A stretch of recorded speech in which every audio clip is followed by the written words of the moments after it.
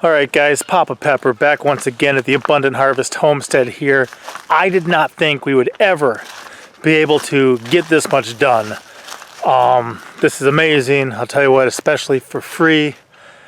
This has been absolutely incredible, but I think we reached the limit of what we'd be able to do. So, as many of you know, one of the free sources I like around here is just the free compost we can get from the place we take our recycling to. Behind me is a trailer, you probably can't see with the sun. Just unloaded it a bit ago, and I don't even know how many. I bet you I pulled maybe 5, maybe 6, maybe more loads of free compost into our garden this winter. Well, I guess this fall, because winter just started like yesterday. But this is absolutely crazy. I'm just going to show you it and then kind of give you a little update on the soil and let you check this out. So on this hugel mound, all this dark stuff here, back to almost halfway, you know, is all new. We just added that. I did get to dump some off on this one too. Up here I've got a couple of raised beds on this side. This got just layers. This one with the garlic and St. John's wort got a nice layer. This one got a nice layer around all of my plum trees. And then in here, this was my jujube and pepper bed. Dumped a pile on the sunchoke bed under the kiwis there. This long one, just deep and rich and new. Same thing here where we grew our red swan bush beans. This one, I actually started expanding this one, got it done. Here's going to be a propagation bed for our thornless blackberries. Here's where the Malabar spinach was, all the way around down there under the grapes. Guys, where we grew our tomatoes.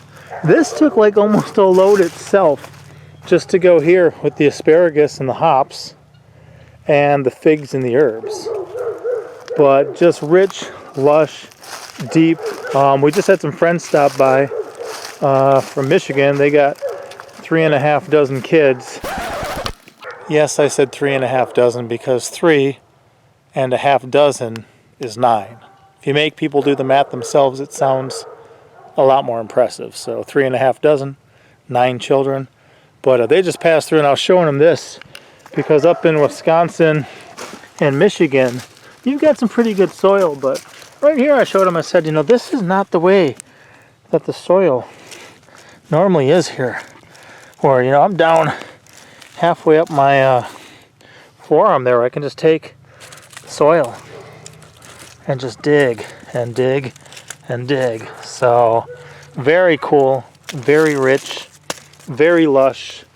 And again, I'm expanding this garden. This is just the existing area, but part of what I like to do is make sure that I'm preserving the existing parts and then expanding from there. So here's where I grew the Chinese red noodle beans, another nice layer. These beds, I mean, look at those, nice and black.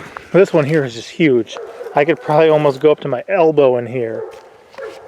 This bed here, where I grew the yacon last year, the cherry bushes, where I grew my purple sweet potatoes. The dinosaur kale pretty much fizzled out. Started adding some to the other kale. This bed, a little bit on top of there, under the gojis, where I grew the ghost peppers. You can see the fresh stuff looks really black.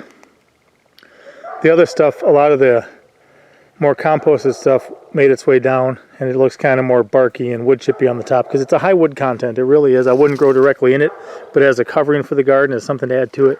Absolutely fantastic here with the, there's a plum tree, an apricot tree, and yasta berries under the aronia up there.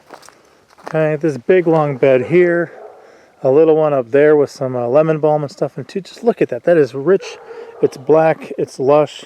We still got some salad greens poking through here. But really, with the free compost that we get, I almost added inches to each of my raised beds, and I didn't think we would ever get that much done. I've been working so much. I'm gone so often. Some weeks I'd get like a load or two, and then maybe a couple weeks before I get some. The wood chips are pretty much always available there. So mulching these pathways, doing this stuff for free, almost always available there. The compost comes in every once in a while. Like I said, I didn't think we would be able to get this much done. Obviously blessed, obviously glad that we did, and just super excited. So I love this time of year when the garden, it's still producing. I mean, it is. Those that kale's growing. I've got cilantro growing, got some other salad greens going. There's stuff still alive. Like, check out this. All of these little Korean goji berries. You know, they're still alive, but they're not producing, but they're still alive. They're still green. I can propagate off of there. But just to get to the point where I get that much stuff added to the existing garden is excited, because once I kind of take care of what's added, once I take care of preserving what I already have, then I can move on to adding more. So soon that fence will be going back, and we'll just continue phasing through this whole area as we continue to need and enjoy food and choose to take that into our own hands and have our own stewardship of what goes into our body, and hopefully more and more as time progresses. So I just wanted to share that with you guys quickly. Obviously, I'm passionate about this because I'm passionate about just taking care of ourselves, taking care of my family. Being, you know, the provider, the earthly provider for my family, I want to make sure that I'm doing the best job that I can as much as I'm able to. So we are very intentional about a lot of this, and therefore passionate too. So just wanted to share it with you guys. Like I said, I didn't think we'd ever get this much done, but wow, absolutely amazing, and so ready, you know, to be doing this now, so that when spring comes we can hit gardening nice and hard. I was just getting some grow lights and heat pads and other things ready in the house, because it's time to start that next generation of garden plants. That's a lot of gunfire. All right, guys, I will check you next time. Be blessed. Love you guys, and Papa out.